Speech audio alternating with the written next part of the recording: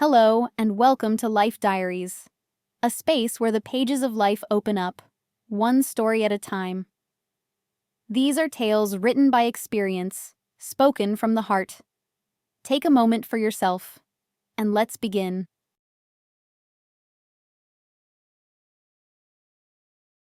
Alice was walking down Shady Alley. She was returning from the store. It was the middle of September, Indian summer. Nature was spoiling the town's residents with the last warm days. The trees were starting to turn yellow, and the air smelled of herbs warmed by the sun. Young mothers with babies strolled along the neatly swept paths. The heavy bag of groceries pulled down Alice's arm. Today, she had promised to make cheese soup for Eleanor Thompson, and she also needed to finish the test by tomorrow. Otherwise, the landlady would be unhappy. Alice was now studying independently, under the strict guidance of Eleanor Thompson. She was a very strict teacher, giving no quarter to her only student. The young woman even liked it, because the results were impressive. She felt ready to enter university, and there were still several months until the exams. If only it were sooner. Soon she would be a student again, even if it was a distance learning program. It didn't matter. Alice frowned. She was thinking about that time again. It had been a very difficult period in her life. So much had piled up. How had she pulled through then? How hadn't she broken? The young woman herself didn't understand it. But now everything was fine. Life had settled down. Alice even had her own room now. Small, but very cozy, and with a wonderful view of the wide, almost rural street. Eleanor Thompson's house was in the private sector. In the mornings, a rooster crowed from somewhere. Boys rode bicycles on the quiet streets with minimal traffic. Old women sat on benches by the fences. Quiet, peaceful.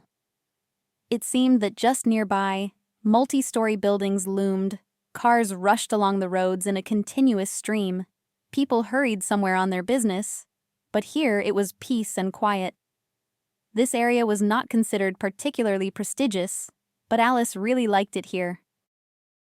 The young woman opened the gate with a key and entered the small cherry orchard.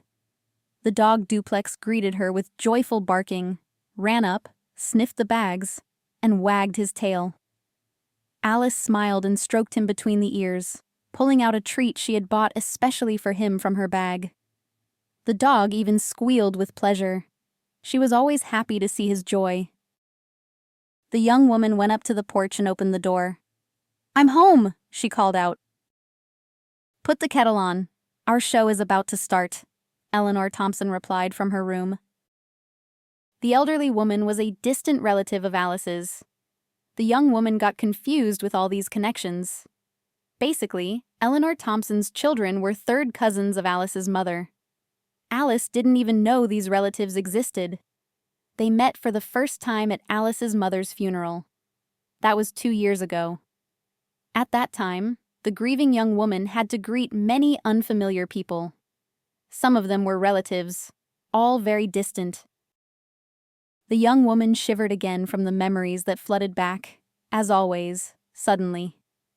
Perhaps it was because the anniversary of the sad event was approaching. Then, 2 years ago, it was also September. Only not like now. Warm, sunny, gentle. At that time, it had been slushy, gloomy weather for several weeks straight. Alice's mother, Sarah, often complained of heart pain, took her blood pressure, and took pills. Sometimes she went to doctors, but very rarely, in the most extreme cases. Several times, the woman was taken to the hospital with an attack. Alice, who was still quite a child then, stayed with neighbors and flinched at every phone call. What if it was from the hospital? What if something irreparable had happened to Mom? Alice had feared losing her mother since childhood. Firstly, she had a sick heart. Secondly, she had no time or money for proper treatment. But thirdly, her mother had to raise her daughter alone, without support from relatives. It wasn't easy. Alice didn't know her father.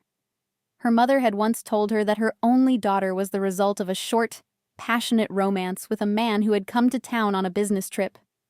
Her mother had no idea where he was from, what he did, or if he had a family. "It just happened, that's all. I don't regret anything," the woman often repeated. "He was very smart, handsome, and intelligent. A daughter from such a man is the best gift of fate."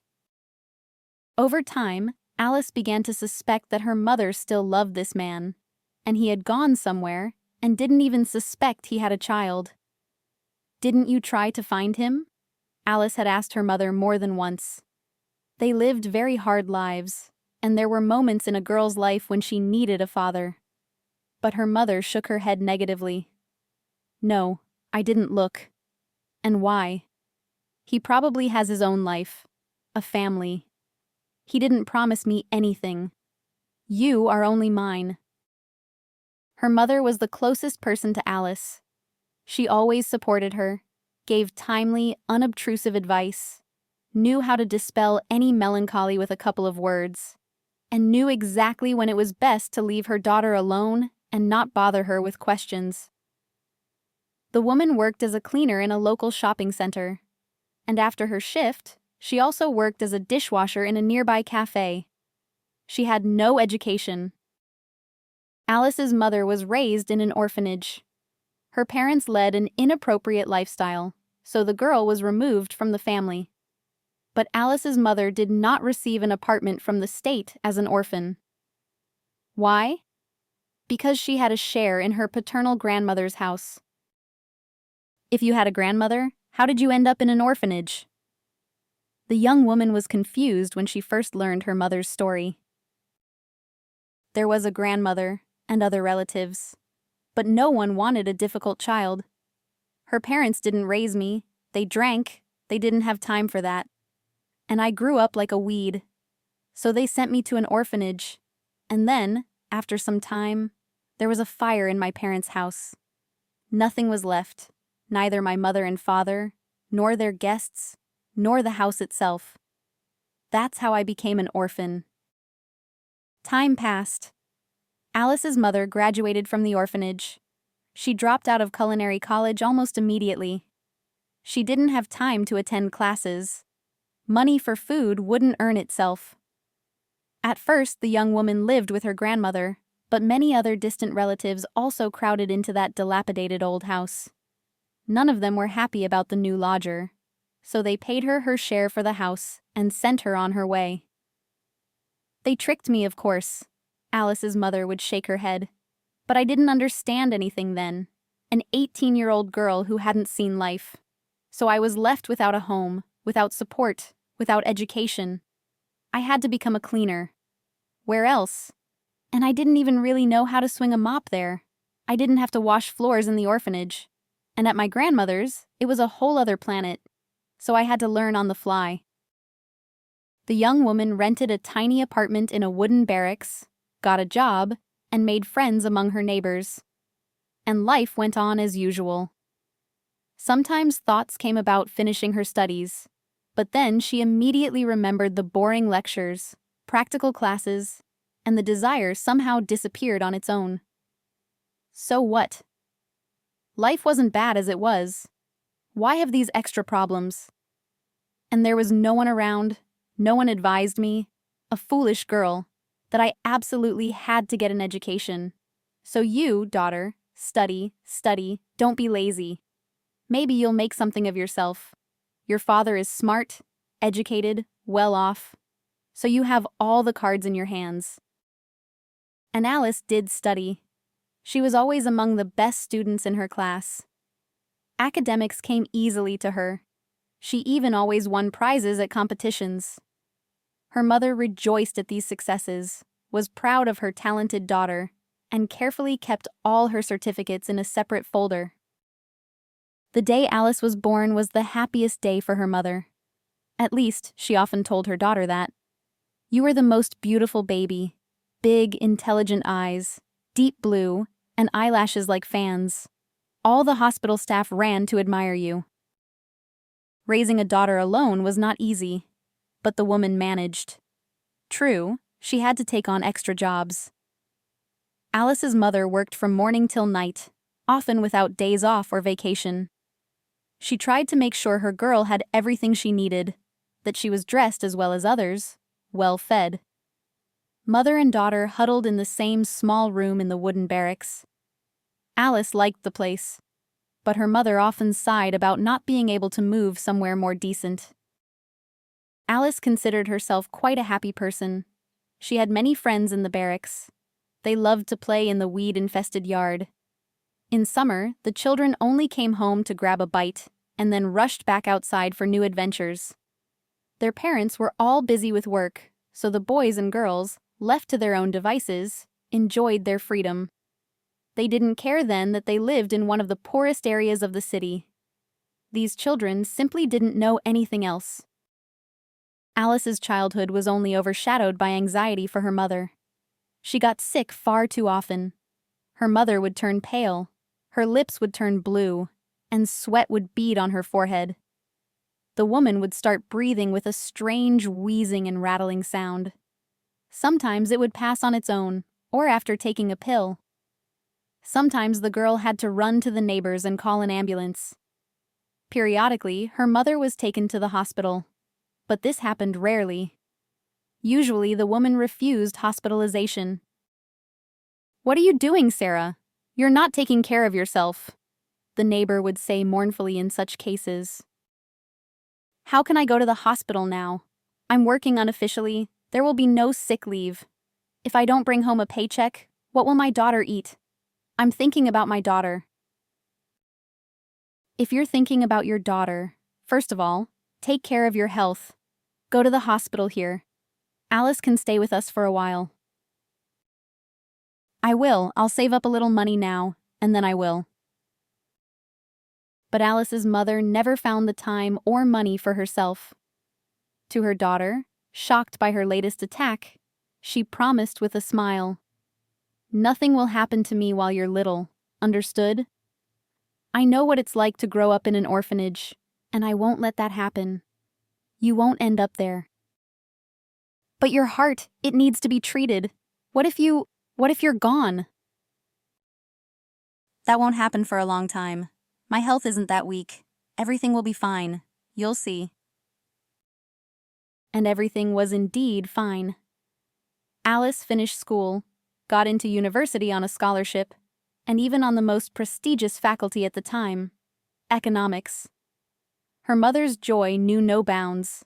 She called all the neighbors with the happy news. People congratulated her, happy that the woman's dream had come true. "Just study well now," her mother instructed Alice. "You'll achieve a lot, I can feel it." Alice intended to study for straight A's, graduate with honors, and get a high-paying job. The future seemed bright and colorful. The young woman truly succeeded in everything. Some things were difficult, but she didn't lack persistence. In her first year, Alice didn't get a single B on her transcript, only A's.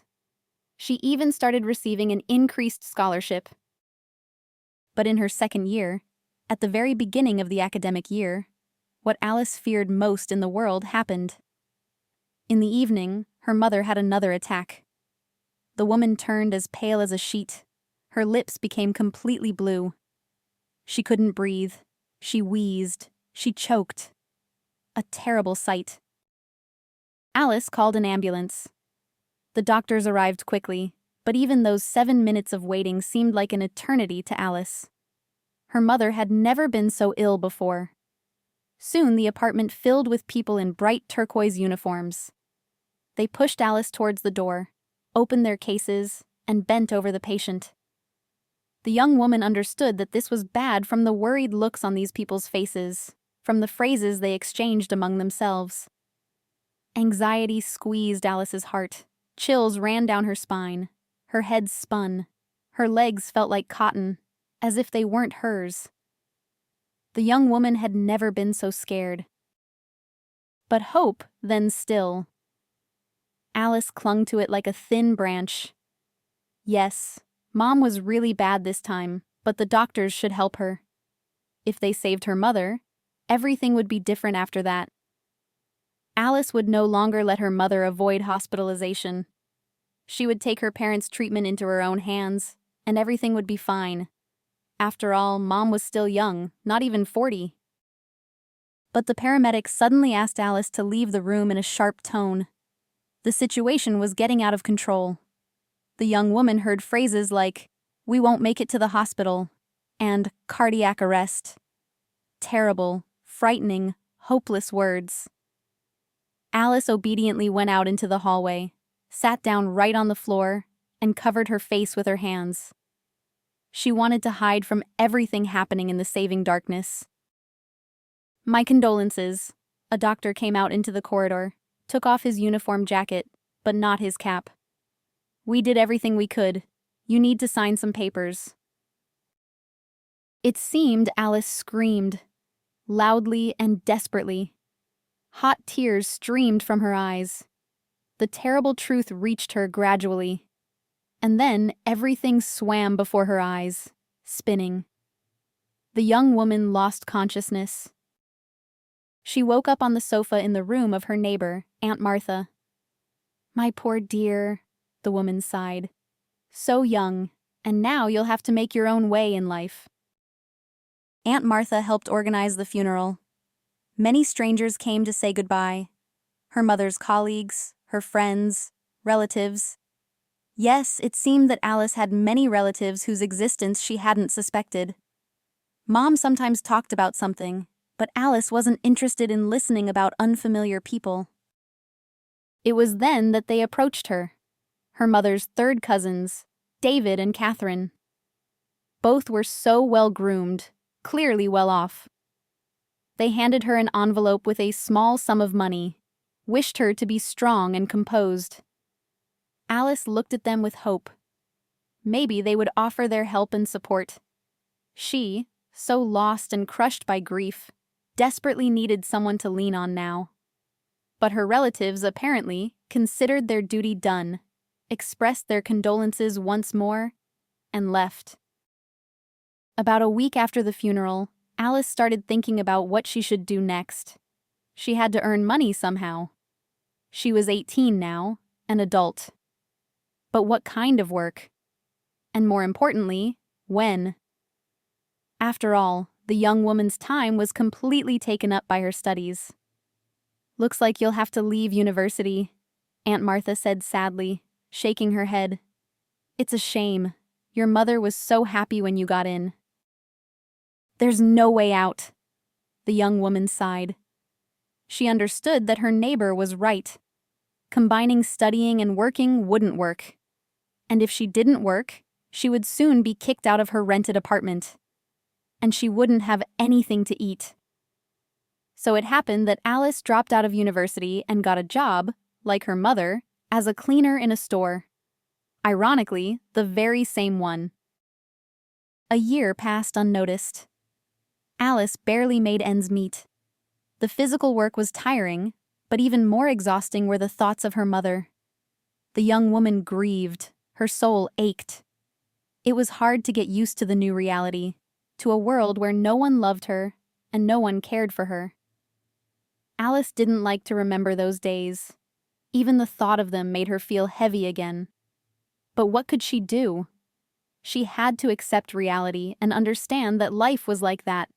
Unpredictable, difficult, not always gentle. One day, the young woman was returning home late from her shift. Her hands ached, her back throbbed. Alice could barely move her legs and thought only of getting to her cozy, soft sofa as quickly as possible. People were standing by her door. In the semi-darkness of the stairwell, the young woman didn't recognize them at first and was scared. But then they stepped out onto the landing, closer to the light. It was those distant relatives she had seen at the funeral. A man and a woman, David and Catherine, her mother's third cousins, and therefore uncle and aunt to her, Alice. "Hello," Catherine smiled. She looked about 45, well-groomed, in an expensive coat, fragrant with clearly not cheap perfume. David stood behind her shoulder, shifting awkwardly from foot to foot. "Hello?" the young woman stammered in surprise. Of all people, she certainly hadn't expected to see them on her doorstep. "We've come to see you," the man said briefly, adding, "On business." On business? What kind of business could they possibly have in common? Alice's surprise grew. Remembering the rules of etiquette, she opened the door with her key and let the guests in, frantically wondering if she had managed to make the sofa in the morning and clear the breakfast leftovers from the table. It would be awkward otherwise. She had managed. The apartment greeted the visitors with silence and cleanliness. Catherine and David looked around, taking everything in, as people always do when they enter a new place. "Where should we sit?" Catherine smiled awkwardly. "Here." Alice gestured towards the only sofa in the apartment. Catherine and David settled down on it. Alice sat on a chair opposite them. An awkward silence hung in the air. The young woman was already thinking about offering her guests tea. It was difficult to bear this oppressive silence. But Catherine finally spoke. "Well, how are you living? How are you managing on your own?" Alice shrugged. Strange. They remembered her after a year, asking about her affairs. And before that? "Well, things seem to be settling down," the young woman replied. "I'm working as a cleaner, like Mom. I had to leave university." Poor girl, Catherine shook her head. It was impossible to tell from her tone and face whether she was sincerely sympathetic to Alice or just pretending. "You're still young. You can still study," David said carelessly. "Yes, that's what I plan to do. I'll save up some money and get back on my feet a bit." "Good plan," Catherine approved. "Well, generally, judging by the state of this apartment, it seems to me that you don't have enough money to live on." "I have enough," Alice countered. "I pay the rent. I'm not starving. I'm managing." "We have a proposal for you," David stated directly. Catherine shot him an annoyed look. "A proposal?" Alice raised her eyebrows in surprise. "Yes," Catherine nodded. A friendly smile reappeared on her face. "We want to offer you free accommodation, food, and a small salary. I think this is a way out for you now." "How so?" The young woman didn't understand. Now, I'll explain." Catherine took a deep breath and began her story. Eleanor Thompson, Catherine and David's mother, had worked her whole life in the dean's office of the local economics college. She handled administrative work and managed to teach. Energetic, authoritative, independent, decisive. Retirement was hard for her, even though it happened when Eleanor Thompson was already 75 years old. The woman absolutely did not want to leave her beloved college. It seemed to her that everything would fall apart without her. Nevertheless, age is a stubborn thing, so Eleanor Thompson had to settle down at home. Then the woman took up the house and garden. She renovated everything, set up a small vegetable patch, took up singing, and became a member of the local elderly choir. Her nature demanded vigorous activity. But this still wasn't enough. Eleanor Thompson longed for the times when she was a sought-after and indispensable employee of the college. "What about grandchildren?" Alice asked. "Why doesn't she take care of her grandchildren? She's not working after all." The young woman had always dreamed of a loving grandmother who would bake her pies, listen to the sorrows and joys of her beloved granddaughter, and teach her to cook or knit. David grunted. Catherine took over again. "You see, my children, like David's children, are already grown up. Yes, there was a period when they needed a grandmother, and we needed support, because work and small children are difficult.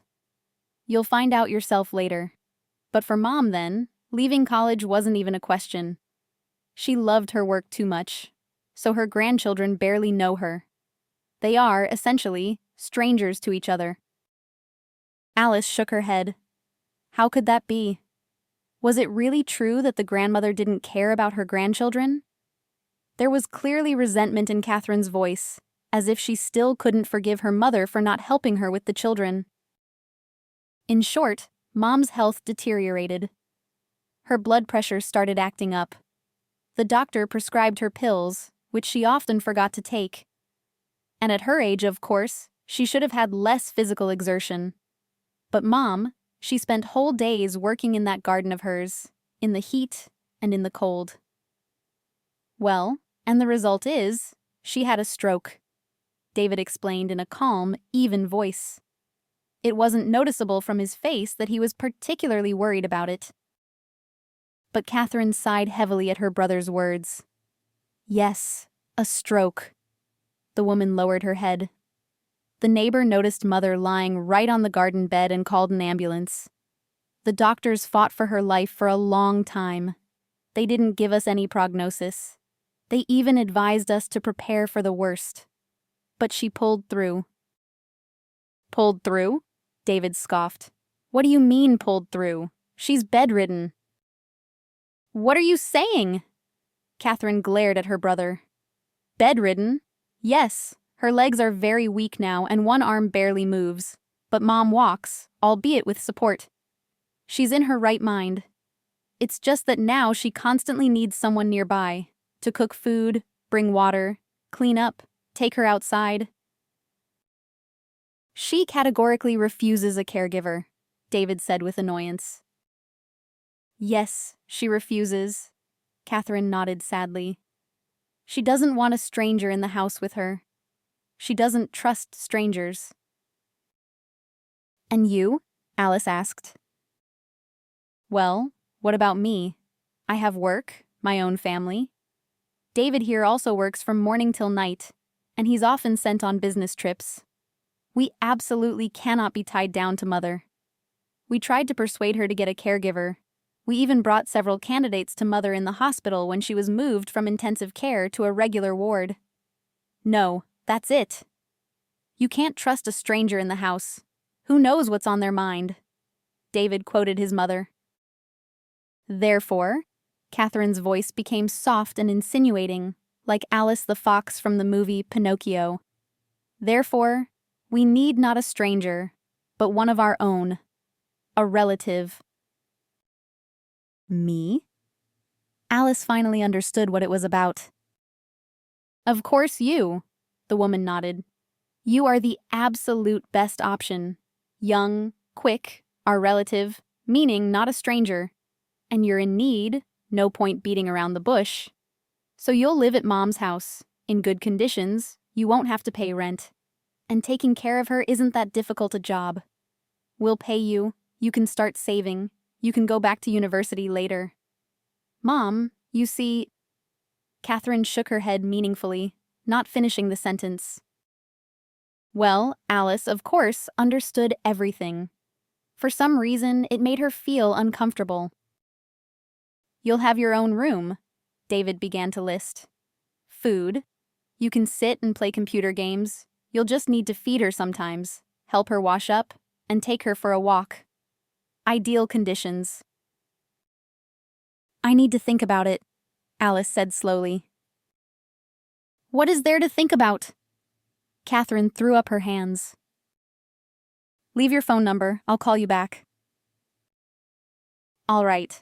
Just don't drag it out. We'll have to look for other options if you refuse, because Mom is being discharged soon. After the relatives left, Alice was lost in thought. She had never cared for elderly sick people. She couldn't even imagine what it was like. Could she handle it? What if this old woman turned out to be grumpy, mean, or a very difficult invalid? Catherine and David could easily just not be telling her everything so that Alice would agree to their terms. On the other hand, this really was a way out. Surely helping an old woman with household chores after a stroke was better than running around floors with a mop all day. And the relatives had promised a good salary. Plus, she wouldn't have to spend money on apartment rent and food. When else would she get such a chance to save up for her studies? And Alice decided. She didn't wait until morning. She called Catherine back that same evening. "Wonderful," the woman exclaimed happily. "You're a smart girl, the right choice. Mother is being discharged next Monday. We'll bring her home and come pick you up right away. Be ready, pack your things, settle your affairs." "Agreed," Alice replied. Her life would probably change a lot. Whether these changes would be for the better or not would become clear later, much later. But if something went wrong, she could always leave, right? No one would keep her there against her will. On Monday, as Catherine had promised, David picked up the young woman. He had a very beautiful and seemingly expensive car. Alice didn't know much about foreign cars. It was a black, shiny SUV. Yes, these relatives certainly weren't short on money. The man drove her to the private sector. Different houses flashed past the fences, dilapidated huts and practically palaces. Catherine and David's mother's house was something in between. Solid, substantial, but at the same time quite modest, not pretentious. Alice noticed the garden. Cherry trees, bright flower beds, vegetable patches, and everywhere there were funny garden figures, gnomes, hedgehogs, rabbits. It looked very cute. The young woman even smiled. "Mom loved to work here, with these beds, with the flower beds," David explained, noticing the young woman's reaction. "Now everything will fall into disrepair here." "It won't," Alice thought. "I won't let that happen, no way." The young woman felt sorry for the efforts of the elderly woman she hadn't met yet. It was immediately clear that the garden meant a lot to her. David led the young woman into the house. Alice looked around with interest. Old-fashioned furnishings, like in films about life in the USSR. A round table in the center of the living room. A sideboard with beautiful dishes behind glass doors.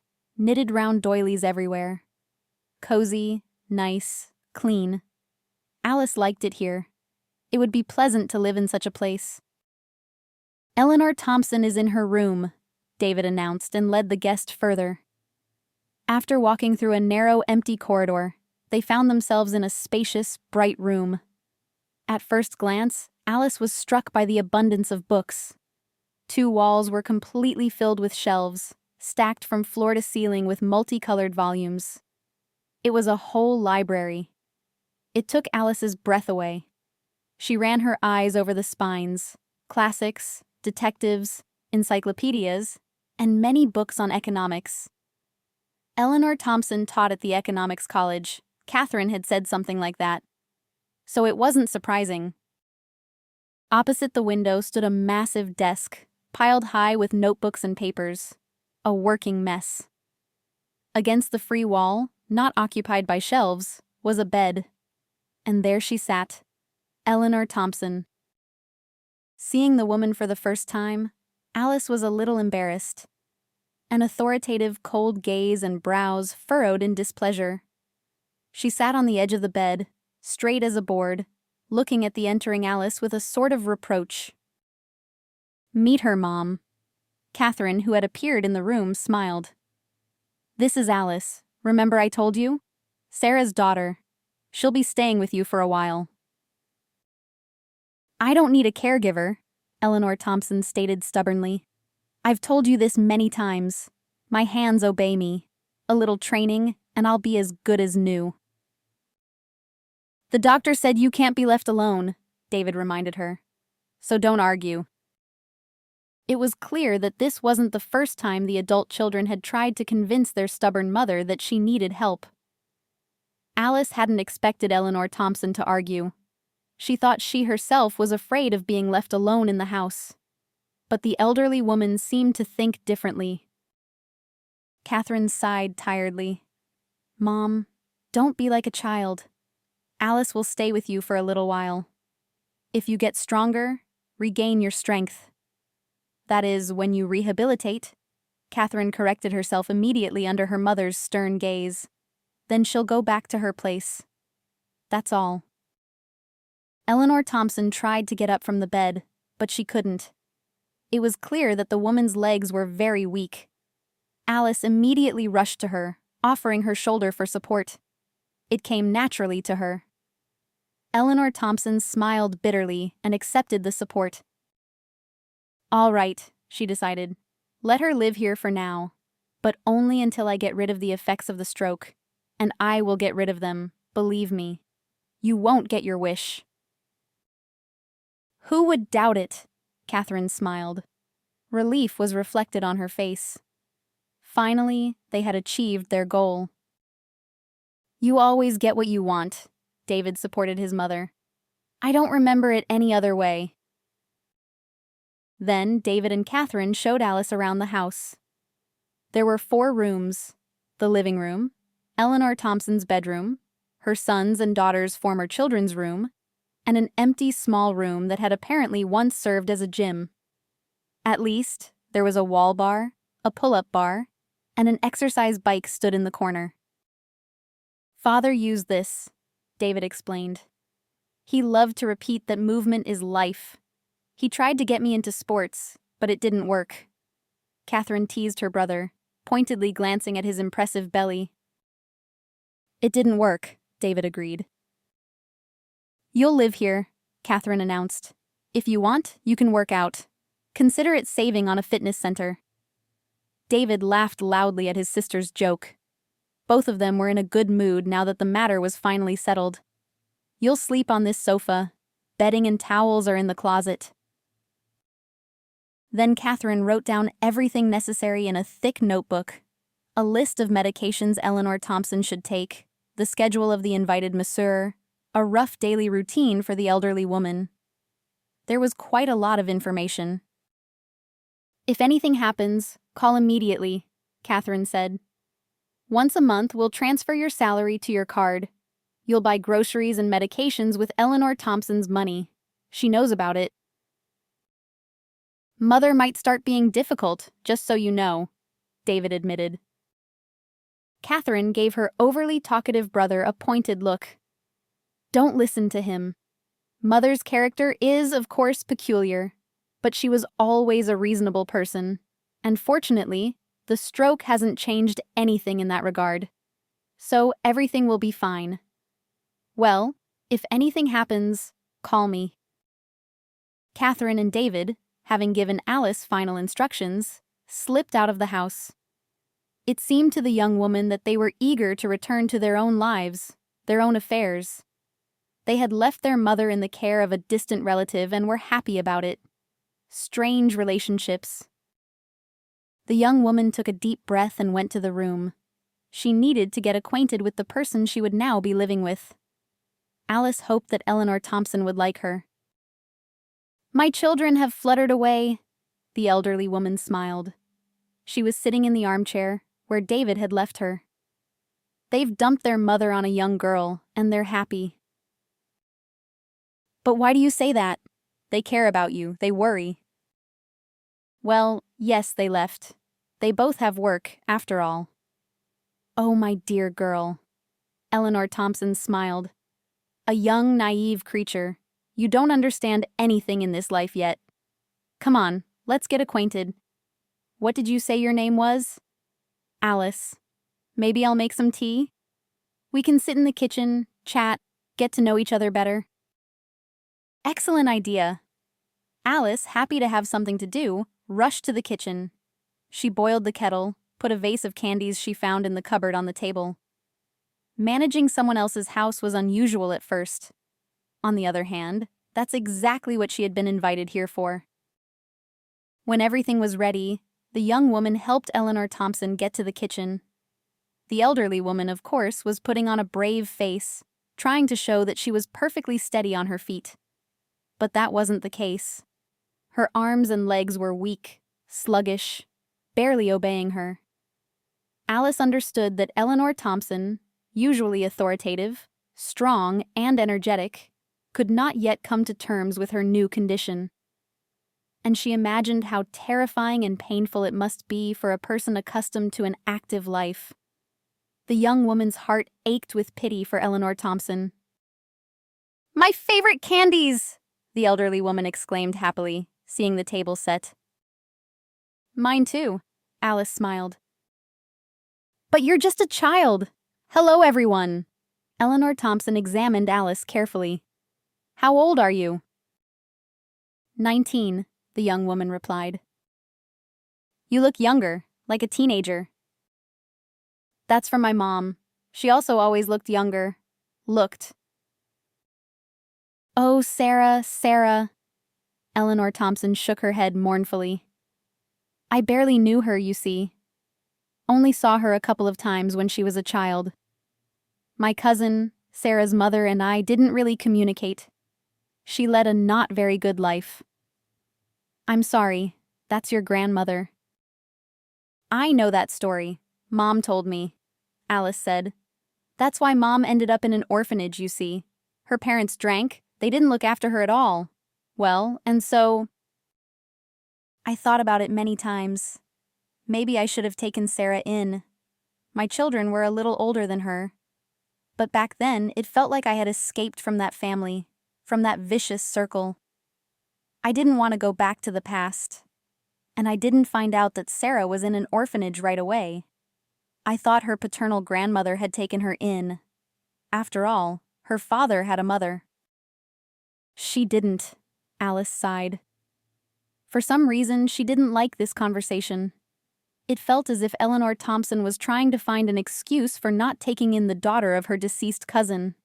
But she wasn't obligated to, after all. Eleanor Thompson asked Alice questions, inquired about her childhood, studies, and work.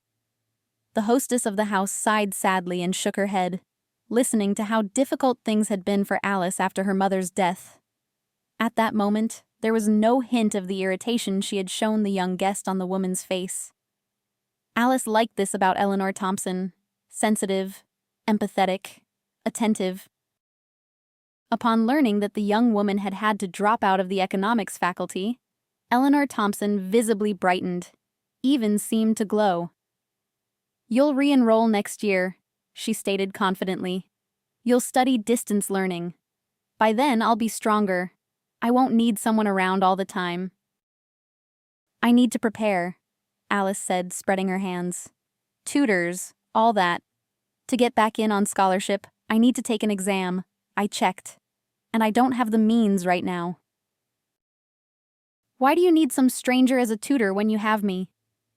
Eleanor Thompson was visibly transforming from a sick, weak, hunched old woman into a businesslike, energetic woman.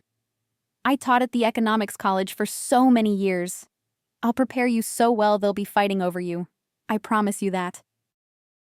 Yes, Catherine and David told me, Alice smiled, but you need to rest.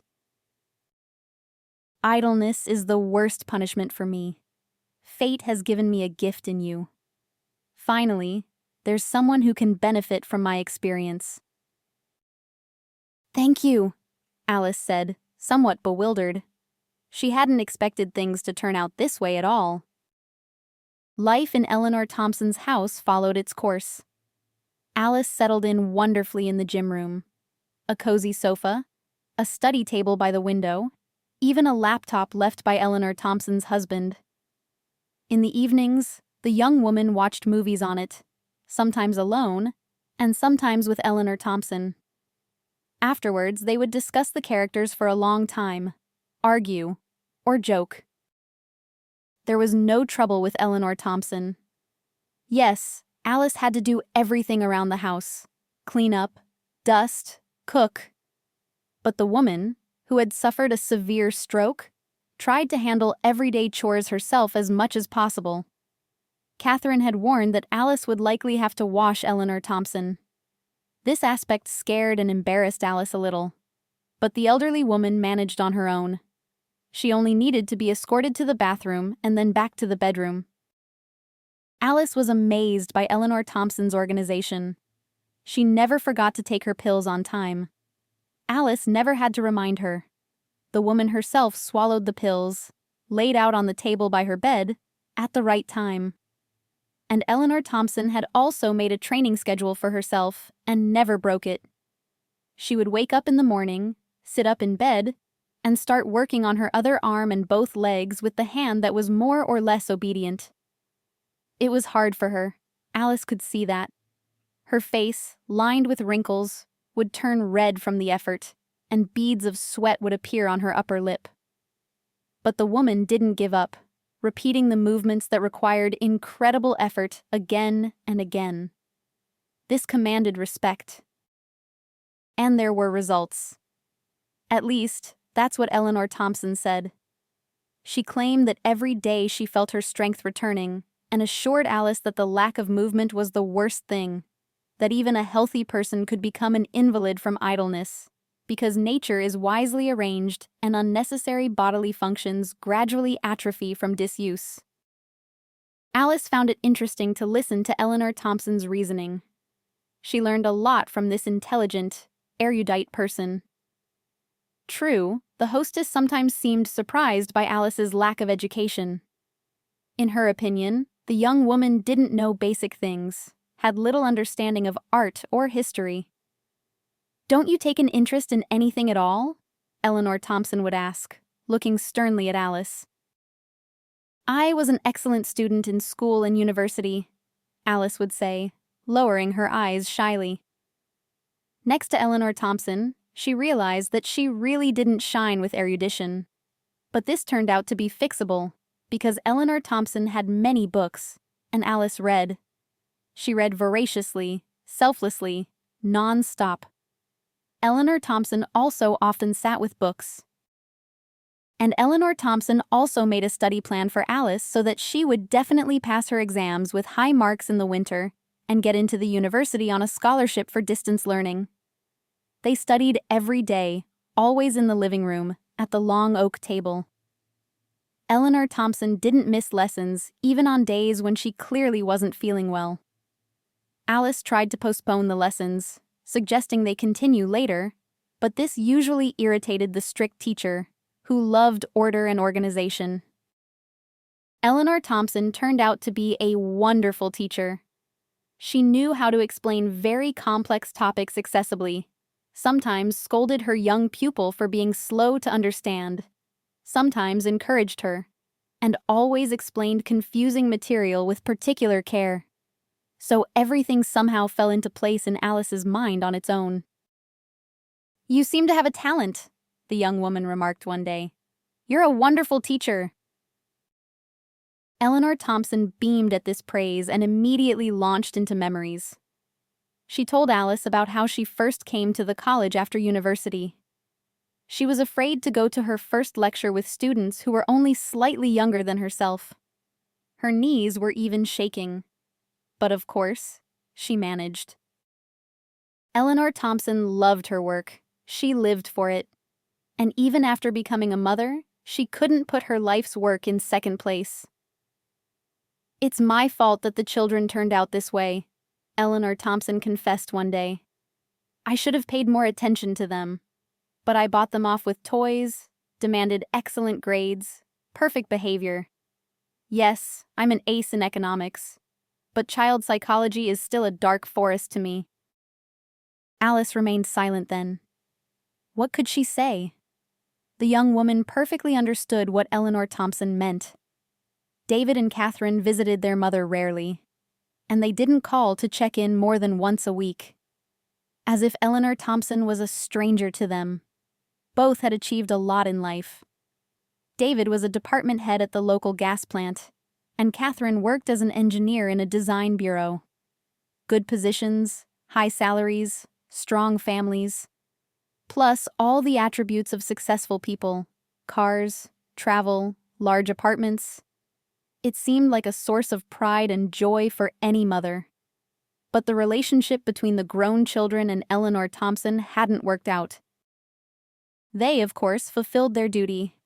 They didn't abandon their mother after the stroke, found a caregiver for her, and not just a stranger off the street, but a relative, albeit a distant one. But neither one nor the other intended to sit with their sick mother themselves. During their rare visits, Catherine and David said routine phrases to Eleanor Thompson, asked polite, banal questions, always asking if she needed anything. Having completed the social protocol, They would cut short their busy, vibrant lives, satisfied that they wouldn't have to show up here for a long time. At first, Alice was surprised by such relationships. The children's indifference to their mother was incomprehensible to her. It was so unlike the young woman's relationship with her own mother. Despite their poverty, they always supported each other, talked a lot, laughed and grieved together. This gave Alice the strength to live, filled her with energy. But here, it was as if they were complete strangers. Then Eleanor Thompson confessed that she had paid almost no attention to her children. "I worked from morning till night, and so did my husband. Catherine and David were practically raised by their grandmothers. From our side, there were gifts, nice clothes, trips. Perhaps that's how we tried to compensate for the lack of communication." Eleanor Thompson said that work had always been her priority. Children, sometimes. They even irritated her. They constantly asked questions, demanded attention. She had to take care of them, be distracted. Of course, the woman loved her son and daughter. She did everything she could for them. She got rare electronic construction sets from abroad for David, paid for expensive costumes for Catherine when she was into ballroom dancing, sent the children to camp by the sea. When they grew up, using her connections, she helped her son and daughter get into the faculties they dreamed of, and then helped them find jobs. At some point, our relationship took on a transactional form. Eleanor Thompson sighed. "I noticed it too late. My daughter refused to discuss her boyfriend with me. I saw that she was seeing someone, but Catherine avoided talking about it. My son, he didn't say anything to me except, 'Hi, bye, top up my card.' My husband was angry with the children, called them ungrateful, spoiled, selfish. In part, that was true, but we were also to blame." "I don't know." Alice shook her head. "My mother also worked constantly and didn't give me any such gifts. But nevertheless, we cared for each other and understood each other. I don't think you're to blame for anything." She was sad to hear this story. The young woman felt that Eleanor Thompson was trying to justify her son and daughter by blaming herself. And this also showed her maternal love. As for Catherine and David, they were indeed spoiled and selfish people. Perhaps Eleanor Thompson's only fault was that her children had received everything they wanted from a young age, giving nothing in return. That's how they grew up to be consumers, thinking the world owed them everything. And Catherine sincerely considered her well-fed childhood difficult just because her mother didn't always have time to watch her performance.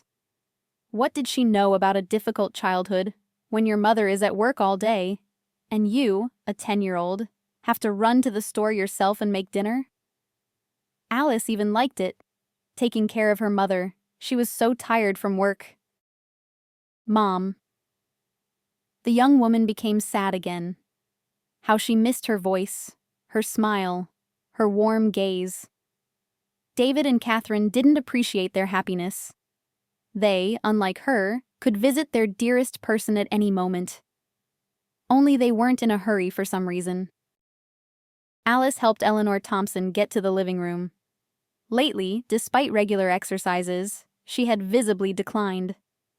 The young woman had called doctors to the house several times. They just shrugged.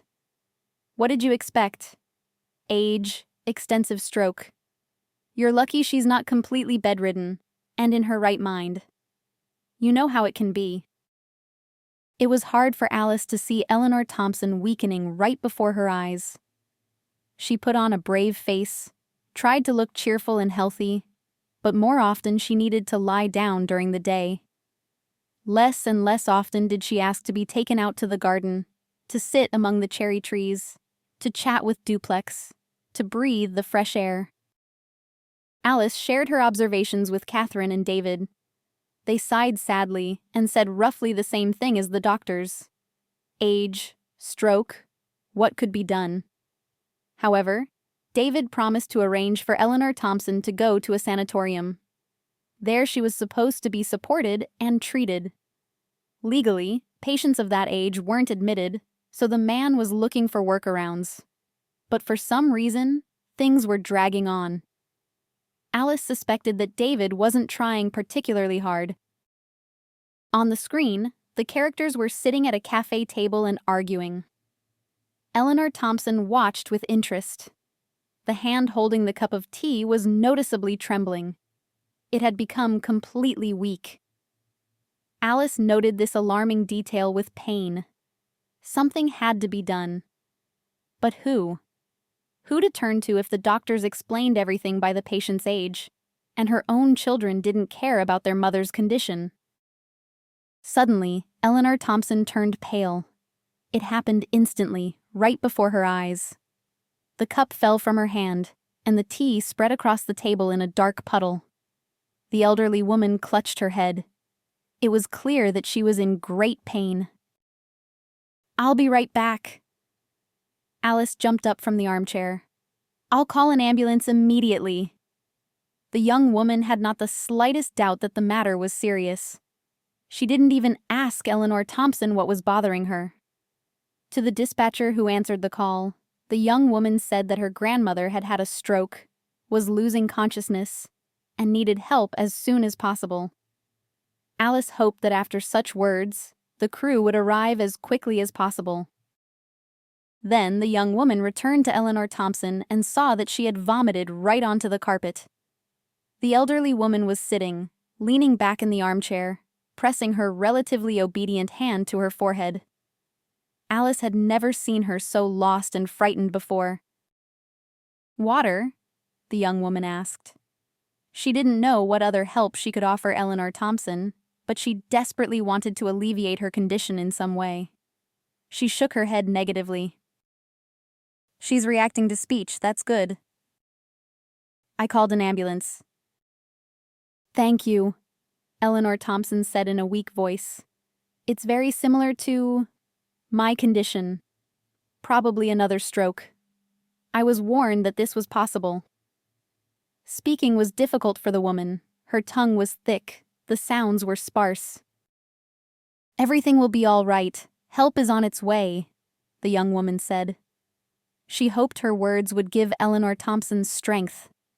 If only she could hold on until the doctors arrived, they would know what to do. "My dear girl, you are so good, kind, gentle, well-raised. Sarah managed to raise a decent person. Not like me." Even in this state, Eleanor Thompson continued to blame herself for how her daughter and son had turned out. Incredible. "Oh, but you are. Catherine and David are successful. They've achieved so much. And if something happens to me, be sure to go up to the attic. There's something for you there. A gift from me. It's in a hiding place under a floorboard, near the dormer window." "Nothing will happen to you," Alice objected. The words about the hiding place in the attic seemed to Alice to be the product of Eleanor Thompson's fevered mind. They sounded too much like a fairy tale. "If nothing happens, that's good.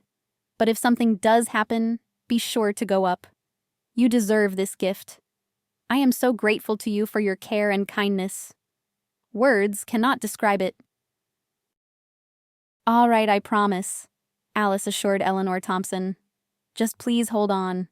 I have to apply to university soon. We have to celebrate this event to the fullest. And if you're in the hospital, it won't work." "You'll get in, my dear," Eleanor Thompson smiled. Alice noticed that the smile was crooked, only on one side of her lips.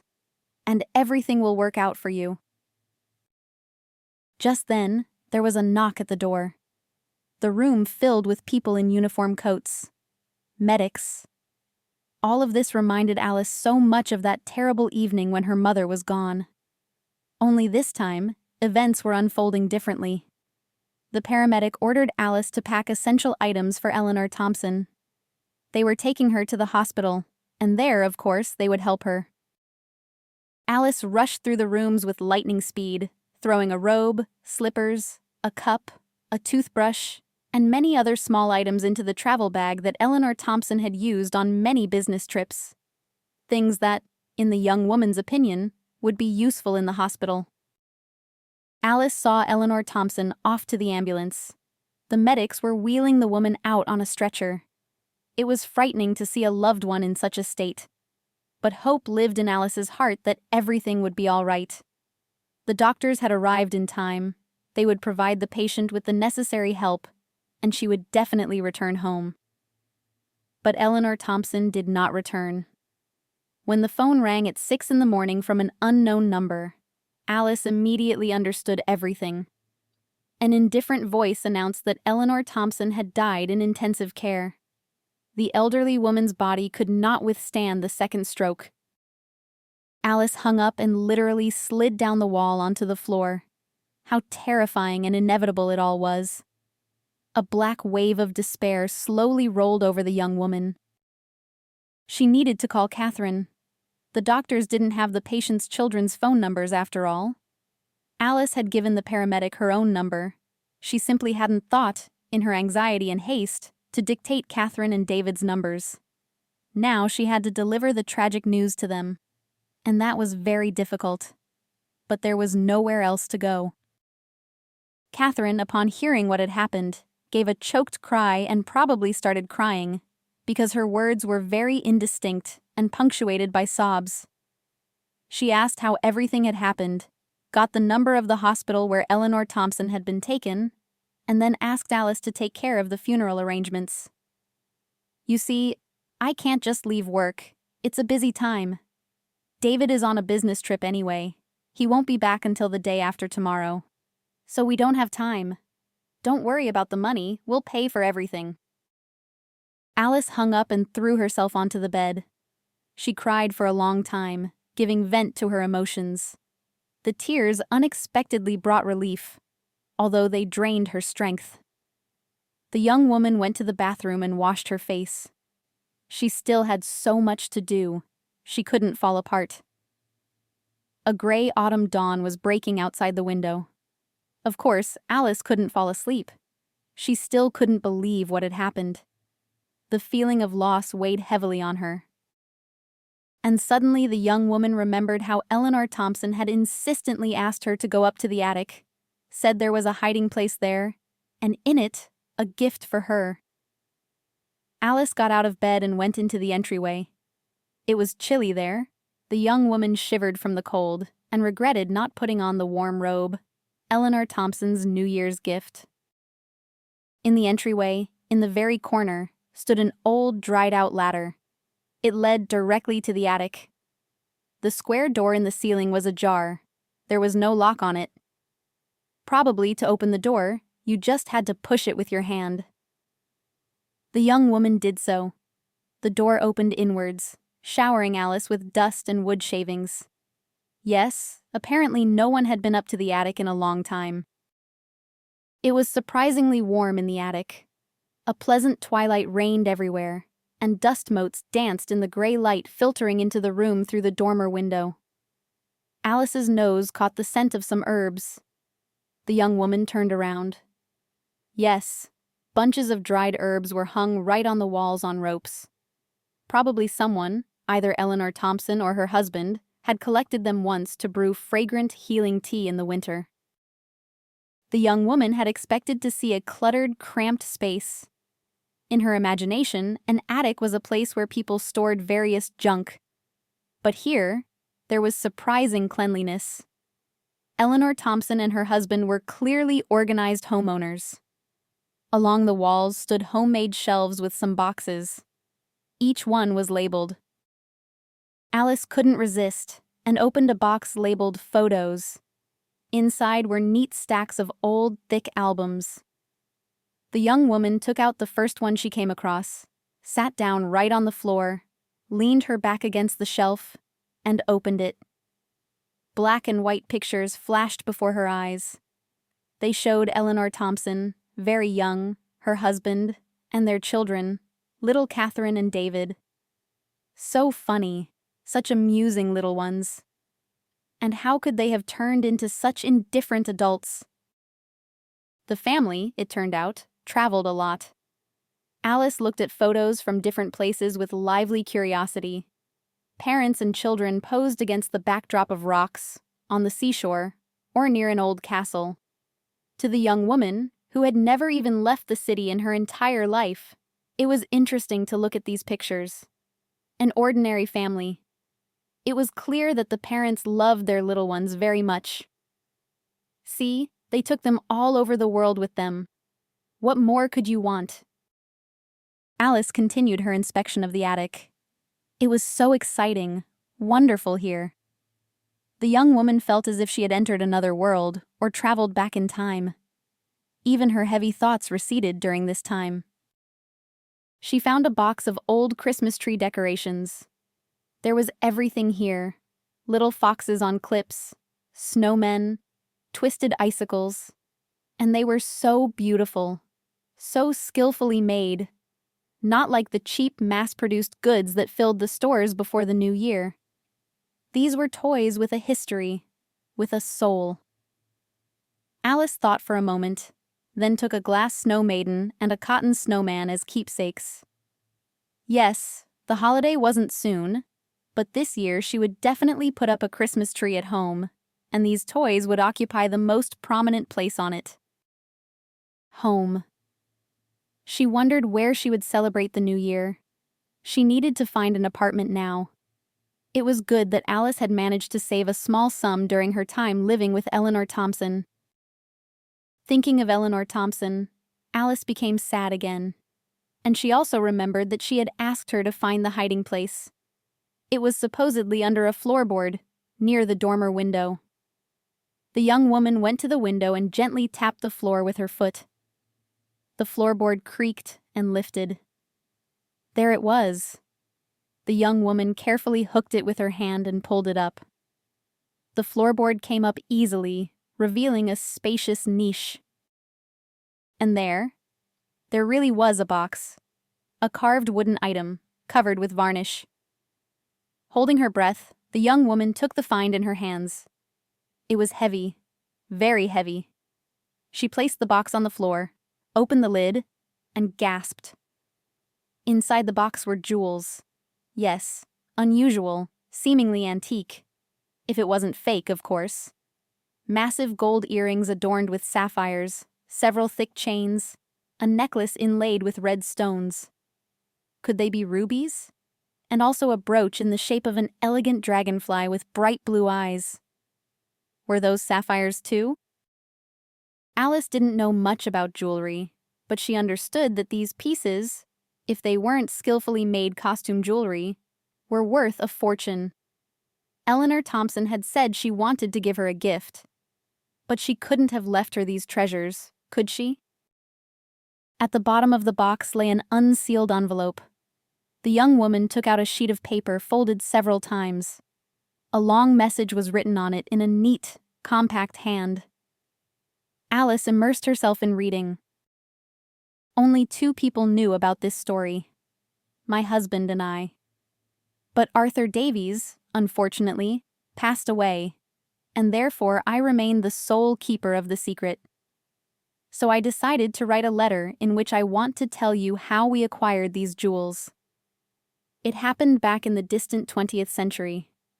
It was a difficult time then, a restless one. Everyone survived as best they could.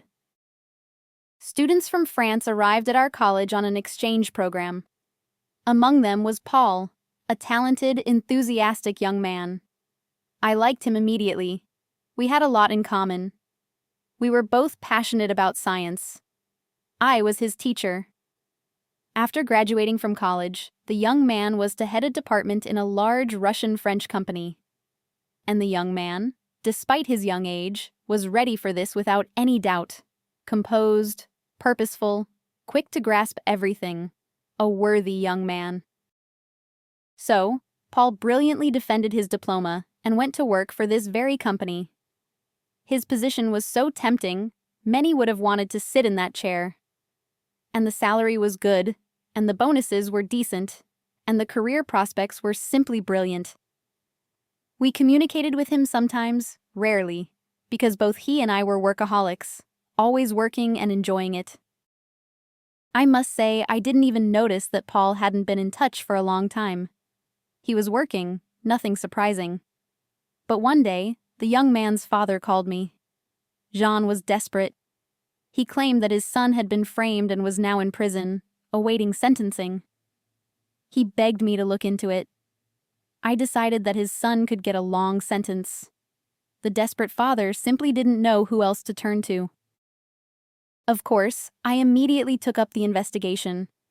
I had many acquaintances in the necessary structures, former students and colleagues. I managed to find out what the matter was. I managed to uncover a carefully planned crime. The police, they wouldn't have dug so deep, because there was too much evidence against Paul. The case looked obvious and simple.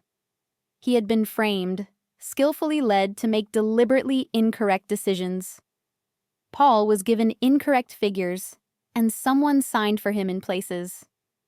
As a result, the head of the department was accused of embezzling a large sum and abusing his official position. Paul, this most honest and somewhat naive young man, fortunately, managed to gather the necessary evidence. Paul was acquitted. He left for his homeland. He didn't want to stay in Russia anymore. But about a month after this story, Jean came into my office. I didn't expect to see Paul's father. This man had flown specifically from France to meet with me. He thanked me with tears in his eyes, shook my hand, hugged me, said that I could turn to him for help at any moment, and he would do anything for me. And he gave me this very box with family jewels, passed down in their family from generation to generation. Of course, I refused, but he was very insistent. As proof that the jewels came to me legally, Jean handed me a deed of gift for these treasures. Well, that's pretty much it. I preferred to put the jewels in a hiding place and not tell anyone about them for the time being. Times were like that. It wasn't worth publicizing such things. We weren't in need of money, but who knows, perhaps a time would come when these treasures would help our family out. So they lay for many years in the hiding place under the floorboard. The person reading these lines is certainly worthy of this gift, if I have revealed this secret to them. Alice read the letter quickly, like a thrilling detective story. So that was Eleanor Thompson, not indifferent to someone else's misfortune, a fighter for justice. She conducted a whole investigation and secured an acquittal for the innocent Paul. There was another piece of paper in the box. Alice held it up to her eyes. It was covered in words in French. Alice didn't know the language at all. But judging by appearances, the paper was official, with stamps and signatures. Maybe another confirmation of ownership of the jewels, or proof of their authenticity. Alice admired the jewelry for a while longer. They seemed to have been created several centuries ago. A real rarity, witnesses to history. She wondered who wore them and what life was like for those noble Frenchwomen. What did they see? What did they do? No, this beauty certainly couldn't belong to her, Alice. Eleanor Thompson, in revealing the secret to her, must have been out of her mind. Perhaps her consciousness had just gotten confused. Of course, the family jewels would go to her children, just like the house. At the thought that she would never see Eleanor Thompson again, Alice's heart ached once more. She carefully put the jewelry back into the box and hid it back under the floorboard. It was time to go downstairs and start preparing for the funeral. Alice managed. She managed to organize a dignified send-off for Eleanor Thompson. Many people came. They all approached Catherine and David, offering words of comfort. It was not surprising that so many people wanted to say goodbye to Eleanor Thompson. After all, she had led an active life. Many people knew, loved, and respected her. After the funeral, Alice returned to the empty house. She thought she wouldn't be able to sleep, but the fatigue and tension of the past few days took their toll. The young woman fell into a deep sleep as soon as she reached her soft sofa. And the next morning, Catherine came to visit. "Good morning," she greeted. "Thank you very much for organizing everything. It was done perfectly. Mother would have been pleased." Alice nodded briefly. This is your payment, your last salary, and a reward for your troubles. Catherine handed the young woman a thick envelope. Thank you. And the house needs to be vacated by Monday. We're letting tenants in here. We've already found a family. They've paid for 4 months. So the move is on Monday. All right, Alice nodded. She was prepared for something like this and had already packed her main belongings. 2 travel bags stood in her room, behind the door. All that remained was to find suitable accommodation. But the young woman thought there would be no problems with that. She had money now, after all.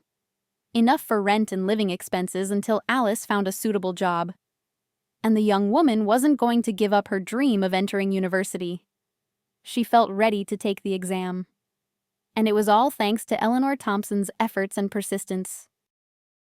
Over the weekend, Alice found herself a cozy little apartment near the university and moved there. It was a shame to leave the hospitable house, but on the other hand, without Eleanor Thompson, it had become cold, empty, unwelcoming, completely alien. The young woman moved quickly. She didn't have many things, just 2 bags. She didn't even need help from movers.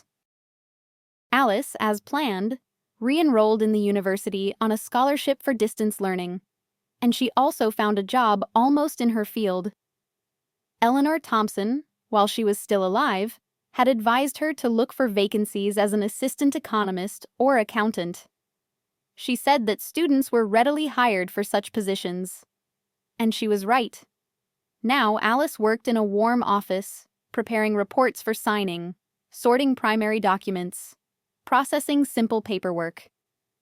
The salary was minimal, of course, but with her savings, Alice had enough. 6 months passed unnoticed since Eleanor Thompson's sudden death. Alice often remembered her wise advice. The women had helped her make her way in life. The young woman had thanked fate more than once for meeting her. It was just a pity that they had known each other for such a short time. It was a March day, the eve of Women's Day. The weather, truth be told, was not at all cheerful. From the morning, the sky was covered with gray, gloomy clouds, and snow began to fall again. And how she longed for bright sun, warmth, dry asphalt. But never mind, all that was not far off. Alice trudged home, shivering from the March weather. Today was a shortened pre-holiday day. Everyone had been let off early. At her apartment door, the young woman found a white envelope. Some kind of notice. At home, Alice immediately took out the letter with a signature and seal. It was from a notary. She was invited to appear at the notary's office on the morning of March 9th. At that time, Eleanor Thompson's will would be read. Alice remembered. Of course, the box under the floorboard. Her heart beat anxiously. Could it be? But common sense told her that such a thing was impossible. It was a fortune after all. Of course, the box would go to Catherine and David. Perhaps Eleanor Thompson had bequeathed her something from her household appliances. A washing machine would be great. The one in Alice's rented apartment was very old. It didn't even wring out clothes properly. At the appointed hour, Alice sat in the notary's office. Catherine and David were also there. These were the last people the young woman wanted to see. These people made her feel uncomfortable. Catherine tried to put on a friendly expression when she saw Alice, but it was noticeable that she was unhappy about sharing any part of the inheritance with a stranger. David didn't even try. He gave the young woman an annoyed look and nodded briefly in greeting. The notary, an elderly man in horn-rimmed glasses, greeted everyone and began to read the will. Eleanor Thompson had left a good inheritance to her children. The house, an apartment in the city center, cars, a garage were transferred to their ownership. Yes, this was the result of the hard work of both of Catherine and David's parents. Everything was for them, for the children. The heirs smiled. It was clear that both were quite satisfied with this turn of events. Eleanor Thompson divided all the property equally between her son and daughter. And now about the inheritance of Alice Amosoff, the notary said. At these words, Catherine and David leaned forward. They were puzzled. All the property had seemingly gone to them. What other inheritance could there be? Alice shrank under their gaze. Eleanor Thompson asked me to give you this letter. The man handed Alice an envelope. Everything is written in it.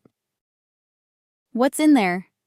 Catherine tried to snatch the envelope, her eyes sparkling with curiosity. My client considered it necessary to keep this a secret, the notary replied. The young woman will open the envelope and find out everything. You'll tell us, won't you? Catherine smiled again, like Alice the fox from the movie about Pinocchio. Alice didn't answer and left the office without even saying goodbye. She needed to find a secluded place to read Eleanor Thompson's message. Such a refuge was found on the technical floor of the building. For some reason, Alice didn't want to wait until she got home. A metal staircase with widely spaced steps led there. It was quiet, dusty, calm, and warm. Alice leaned her back against the wall and began to read the letter, which was typed on a computer.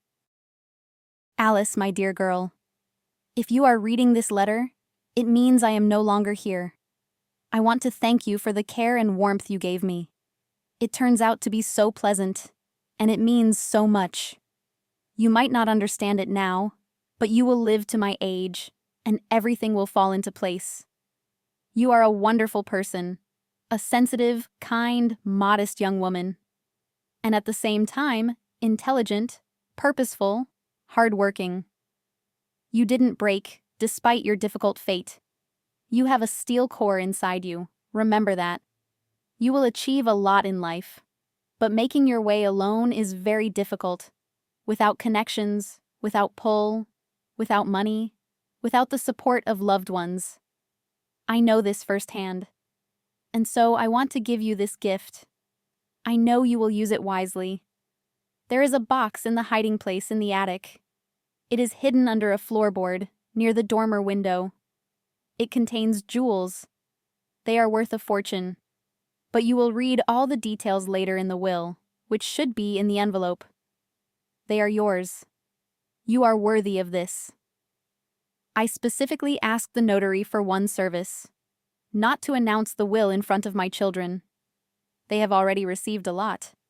But knowing their character, they would try to contest the will and deprive you of the inheritance. It's my own fault for raising them like that. What can I do? But you, be happy. Stay as kind and good as you are. Thank you again for filling my days with warmth and light. Alice lowered the letter to her lap, smiling, as if she had just spoken with Eleanor Thompson again. How she missed her. So, the treasures from the hiding place truly belonged to her, Alice. And now, it seemed, poverty and destitution were behind her. She wouldn't have to count pennies until payday anymore, plan a meager budget, save on everything possible. She still had to get used to this. Alice took a deep breath. Eleanor Thompson sincerely hoped that she would succeed in everything, that she would achieve a lot and keep kindness in her heart, no matter what. Well, Alice simply couldn't let her down.